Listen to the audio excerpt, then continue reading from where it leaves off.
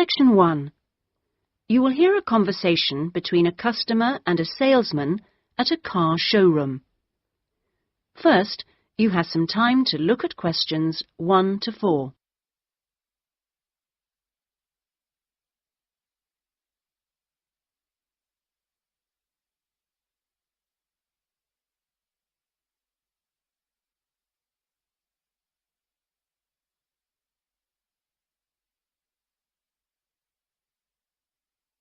You will see that there is an example which has been done for you. On this occasion only, the conversation relating to this will be played first. Good morning. Please take a seat. How can I help you? Well, I'm thinking of buying a new car and I'd like some advice. Sure, yes. Had you got any particular make in mind? I'm interested in a Leader. I've had one before and liked it, but I haven't really made up my mind. The customer states that she is interested in a Leader, so Leader has been written in the space. Now we shall begin. You should answer the questions as you listen, because you will not hear the recording a second time. Listen carefully and answer questions 1 to 4. Good morning. Please take a seat. How can I help you? Well, I'm thinking of buying a new car and I'd like some advice. Sure, yes. Had you got any particular make in mind? I'm interested in a Leader. I've had one before and liked it, but I haven't really made up my mind. Sure. We've got various models. Right. What about the engine size? Any ideas? The one I've got at the moment's a 1.2-litre engine, but I find it a bit slow on long journeys. I'd like a bit more power this time. A 1.4 should do. I don't think I need a 1.6 or anything. Right. Well, I think the model you're looking at is the Max. Here's a picture. Oh, yes. Have you got one in? Yes, I'll take you to have a look at it in a minute. I'll just get a few more details. Is there anything else to do with the engine? What kind of gear change do you want? I presume you want a manual. I'd want automatic. I've never driven a car with manual gears. Right. Well now, here's the colour chart for the Max. Have you given that any thought? This blue's very popular at the moment. Yes, it is nice. I like blue. What's it called? Royal? Yes. But actually, I think I prefer this lighter shade here. Sky. Yes, that's popular too. I think I'll go for that. You might have to wait a week or so for that colour, but I assume that'll be okay. Oh, yes, fine. Well, we can go outside and you can have a good look at one, and perhaps take it out. But first, can I just ask you about finance?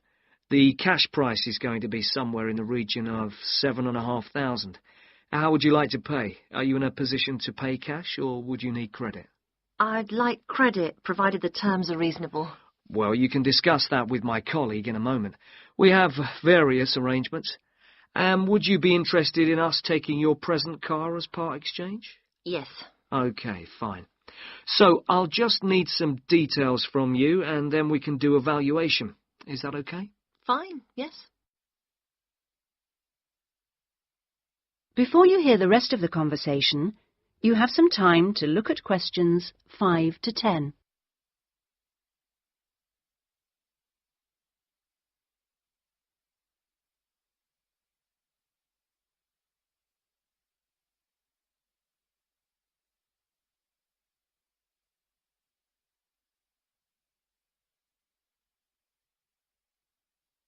Now listen and answer questions 5 to 10. Could I have your full name? Wendy Harries. That's Harries. And is that Mrs.? Miss? Ms.? It's Doctor, actually. Oh, right. And your address? 20 Green Banks. Is that green spelled as in the colour? Yes, that's right. OK. Alton. Is that O-L-T-O-N? Not quite. It begins with an A, not an O. Oh, yes, that's in Hampshire, isn't it? That's right. And do you know your postcode? Yes, it's GU89EW. Do you have a daytime phone number? Well, I work at the hospital, but it's a bit difficult to get hold of me. I can give you a number just for messages, and then I'll get back to you when I can. Is that okay? That's fine. It's 0798 257 643. Fine. And about the car you have now, what make is it? It's a Conti. Do you know the year or the model name? I think it's 1996, and it's called a Lion, like the animal. Then it must be 1994, because they brought out the Fox after that. Oh, right, yes. Mileage, roughly? I'm not sure. I know it's less than 70,000. OK. What colour is it? It's grey, metallic grey. Right. And one last thing. What sort of condition would you say it's in? I'd probably describe it as reasonable. Do you need to see it? It's parked outside. Not at the moment, no. Perhaps you could call in one day next week. That is the end of section 1. You now have half a minute to check your answers.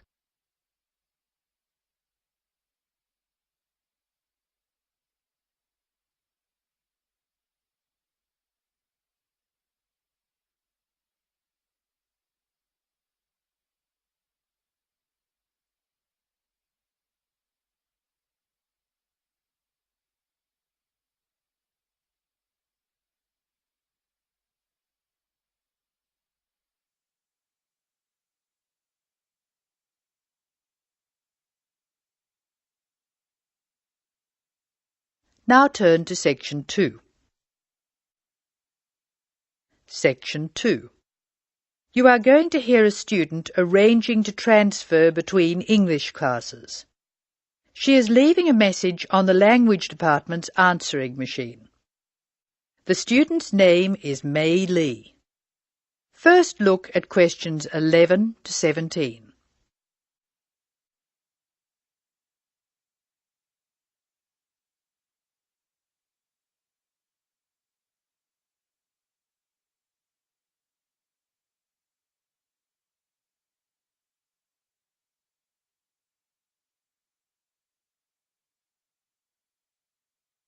As you listen to the first part of the talk, answer questions 11 to 17. Hello, this is May Lee speaking. This message is for Mrs. Brooks in Student Affairs. Mrs. Brooks, I telephoned you last week and you told me to call back and put the details of my request to transfer on the answering machine. I hope you can hear me easily. I have the form here and I'll give you the information working from the top to the bottom. As you know, my family name is Lee, spelled L-E-E, and my first name is May. My student number is 002312. That's 002312. I'm in Mr. Anderson's class. You know, he's the one who helps out with the football team. The next part of the form asks for my address. I'll give it slowly. I live at Flat 5, 10 University Avenue. You probably know the building. It's just near the engineering school. The telephone number is 818-6074. And I share it with a lot of other people, so it's often engaged. I'll give it to you again. 818-6074. I think that's all I have to put on this part of the form.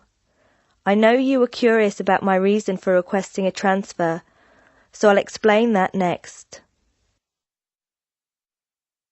Now look at questions 18 to 22.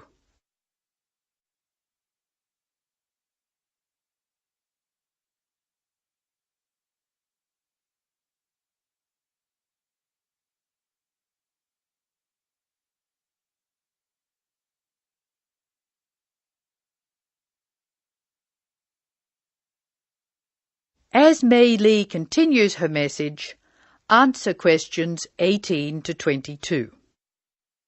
Now I'll tell you why I want to transfer between classes. Mrs. Brooks, I really like my teacher and my classmates, but I find it very hard not to speak in my own language. I just begin to think in English when the class ends, and I'm surrounded by other people from my country, so it's natural that we all speak in our mother tongue. I have been looking around for a class where there are very few other people from my country, so I'll be forced to use English. The best class I can find is the evening class, which begins at 6 p.m. Most of the students in that class come from countries which speak Spanish, and I can't speak a word, so I must use English. I have an Italian friend in the class, and she tells me there are 2 Hong Kong Chinese, 6 Spanish speakers, and 1 Japanese student. She says most people speak English at the break, although sometimes the Spanish slip into their own language. I checked the class list, and 2 students have dropped out of the evening class, so there should be room for me. Could you please see if I can join the class? I'm not sure what the class number is, but the evening class I want is in room 305 of the Trotter Building. The class I'm in now is next door to the Trotter Building in Prince Tower, so it's very easy for me to find my way to the new class. I'm not going home until late today, so could you please leave a message for me at my friend Margaret's house? Her number is 812-7543, and she has an answering machine. I do hope you can transfer me, Mrs. Brooks. If there is any more information you need, please call me. Thank you very much. That is the end of section 2. You will now have some time to check your answers.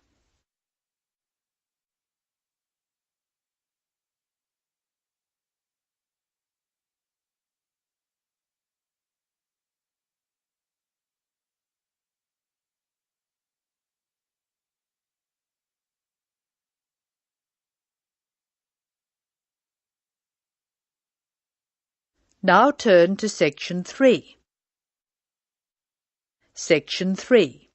In this section you will hear a discussion between a tutor, Dr. Lester, and 2 students, Greg and Alexandra, at the end of a talk about music. In the first part of the discussion, they are talking about some of the students' favourite instruments and favourite styles of music. Complete the table showing the students' opinions. Choose your answers from the box. There are more words than spaces, so you will not use them all. You may use any of the words more than once. First look at questions 23 to 27. Note the example that has been done for you.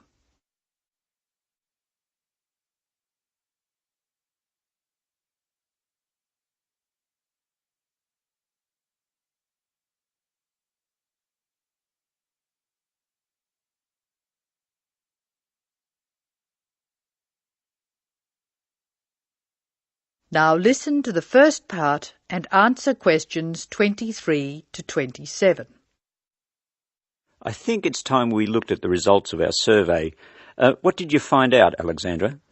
We're a group with very diverse tastes, Dr. Lester. I'm not surprised. What were the favourite instruments? Well, Greg loves drums.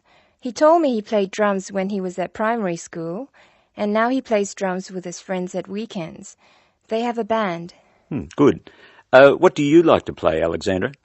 My favourite is the guitar. However, I haven't played for years, so I keep hoping to start again. Will I go on with the others? Yes, please. Katya is like Greg. She loves to listen to drums. She says she's not a player, just a listener. Rachel, as you know, is a violinist, so of course it's natural that she should favour the violin. So we have 2 people who love the sound of the drum and 2 who like strings. The violin for Rachel and the guitar for Alex. What does Harry like? Harry says the best instrument of them all is the piano. He claims it's more versatile than any other instrument. Emiko plays the piano, but her favourite instrument is the flute. The flute? Yes, Emiko plays the flute too, of course. Thank you, Alexandra. Greg, will you tell us the students' favourite style of music? We're really very conservative. My favourite is classical music, and that's Alexandra's choice too. Katja claims to like rock. So that's a vote from Greg, Alexandra and Katja. Doesn't Rachel prefer classical music? Rachel made a choice which surprised me. She plays the violin, so I expected classical or opera. But Rachel says that she prefers country music. How interesting. What's Harry's choice? Harry likes to listen to opera and loves to go to see a performance. He says opera has everything, colour and spectacle and theatre and great music. And Emiko? Emiko says jazz is her favourite music. She goes to listen to jazz every Friday evening. She also likes opera, heavy metal, classical, but jazz is the best. Thank you, Greg. I wanted to see what you all liked so I could understand your musical tastes more. And I want to move from this to a discussion of the physiological effects of music. In the second part of the discussion, Dr. Lester will talk about the way music affects our bodies. Look at questions 28 to 31 first.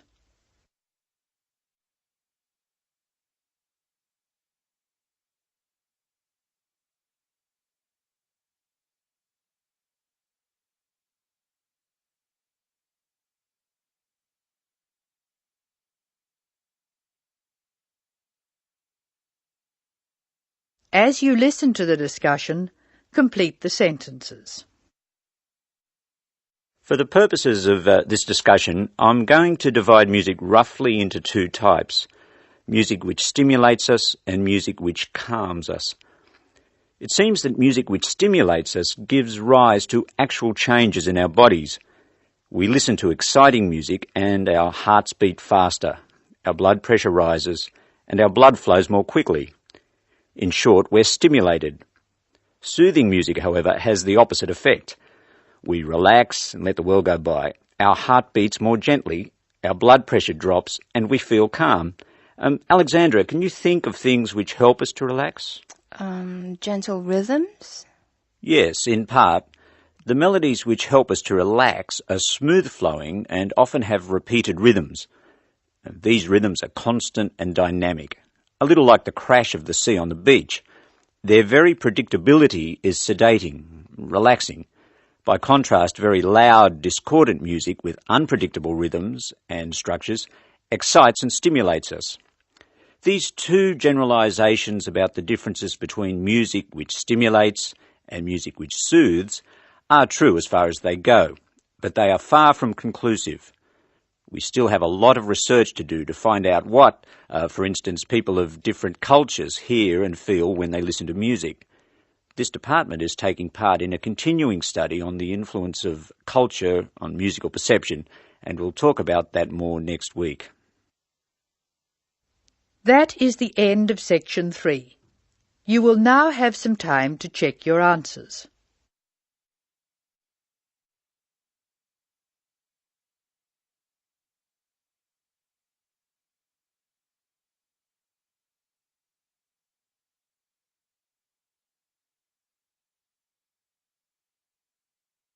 Now turn to section 4. Section 4. You will hear an extract from a talk about preventative medicine, specifically how students can look after their own health. Listen to what the speaker says and answer questions 32 to 40. First, you have some time to look at the questions.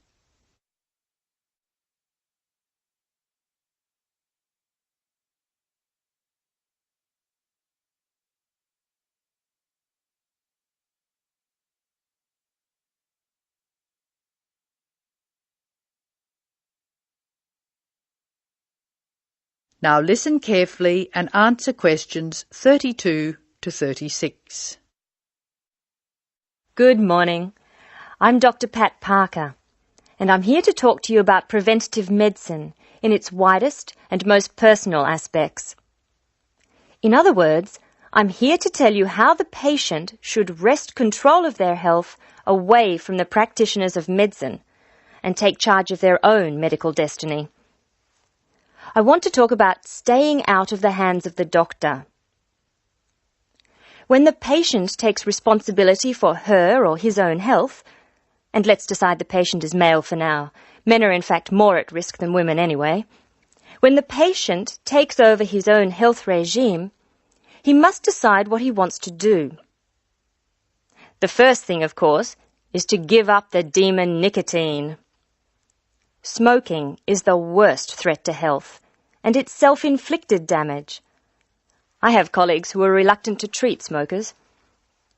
If you want to stay well, stay off tobacco and smoking in all its manifestations. Our department has recently completed a survey of men's health. We looked at men in different age groups and occupations, and we came up with a disturbing insight. Young men, particularly working-class men, are at considerable risk of premature death because of their lifestyle. As a group, they have high risk factors. They drink too much alcohol, they smoke more heavily than any other group, their diet is frequently heavy in saturated fats, and they don't get enough exercise. We then did a smaller survey in which we looked at environmental factors which affect health. I had privately expected to find air or water pollution to be the biggest hazards, and they must not be ignored. However, the effects of the sun emerged as a threat which people simply do not take sufficiently seriously. Please remember that too much sunlight can cause permanent damage. Given this information, and the self-destructive things which people, particularly young men, are doing to themselves, one could be excused for feeling very depressed. However, I believe that a well-funded education campaign will help us improve public health standards and will be particularly valuable for young men. I'm an optimist. I see things improving, but only if we work very hard. In the second part of the talk, I want to consider different things that you as students can do to improve your fitness. Now answer questions 37 to 40. So now I'd like to issue a qualification to everything I say. People will still get sick, and they will still need doctors. This advice is just to reduce the incidence of sickness. It would be great if disease were preventable, but it's not. However, we have power. In the late 80s, the Surgeon General of the United States said that 53% of our illnesses could be avoided by healthy lifestyle choices. I now want to discuss these choices with you. You should try to make keeping fit fun. It's very hard to go out and do exercises by yourself. So it's wise to find a sport that you like and play it with other people. If you swim, you can consider scuba diving or snorkeling. If you jog, try to find a friend to go with. If you walk, choose pretty places to walk or have a reason for walking. Your exercise regime should be a pleasure, not a penance. The university is an excellent place to find other people who share sporting interests with you, and there are many sports teams you can join. This, unfortunately, raises the issue of sports injuries, and different sports have characteristic injuries. As well as accidental injuries, we find repetitive strain injuries occurring in sports where the same motion is frequently performed, like rowing and squash. The parallel in working life is repetitive strain injury which may be suffered by typists or other people who perform the same action hour after hour, day after day. In this context, therefore, the most important thing to remember before any sport is to warm up adequately. Do stretching exercises and aim at all times to increase your flexibility. Be gentle with yourself and allow time to prepare for the game you have chosen to play. Don't be fooled by the term warm-up, by the way. It's every bit as important to do your warm-up exercises on a hot day as on a cool one. I think one of the most sensible and exciting developments in the reduction of injury is the recognition that all sports can borrow from each other. Many sports programs are now encouraging players to use cross-training techniques. That is, to borrow training techniques from other sports. Boxers have been using cross-training for years, building up stamina by doing road work and weight training while honing their skills and reflexes. Other sports, which require a high level of eye-hand coordination, are following this trend. So, you see table tennis players running and jogging to improve their performance, and footballers doing flexibility exercises, which can help them control the ball better. All of these results are good, but the general sense of well-being is best, and is accessible to us all, from trained athletes to people who will never run 100 metres in less than 15 seconds. Good health is not only for those who will achieve athletic greatness. That is the end of section 4. Now you have some time to check your answers.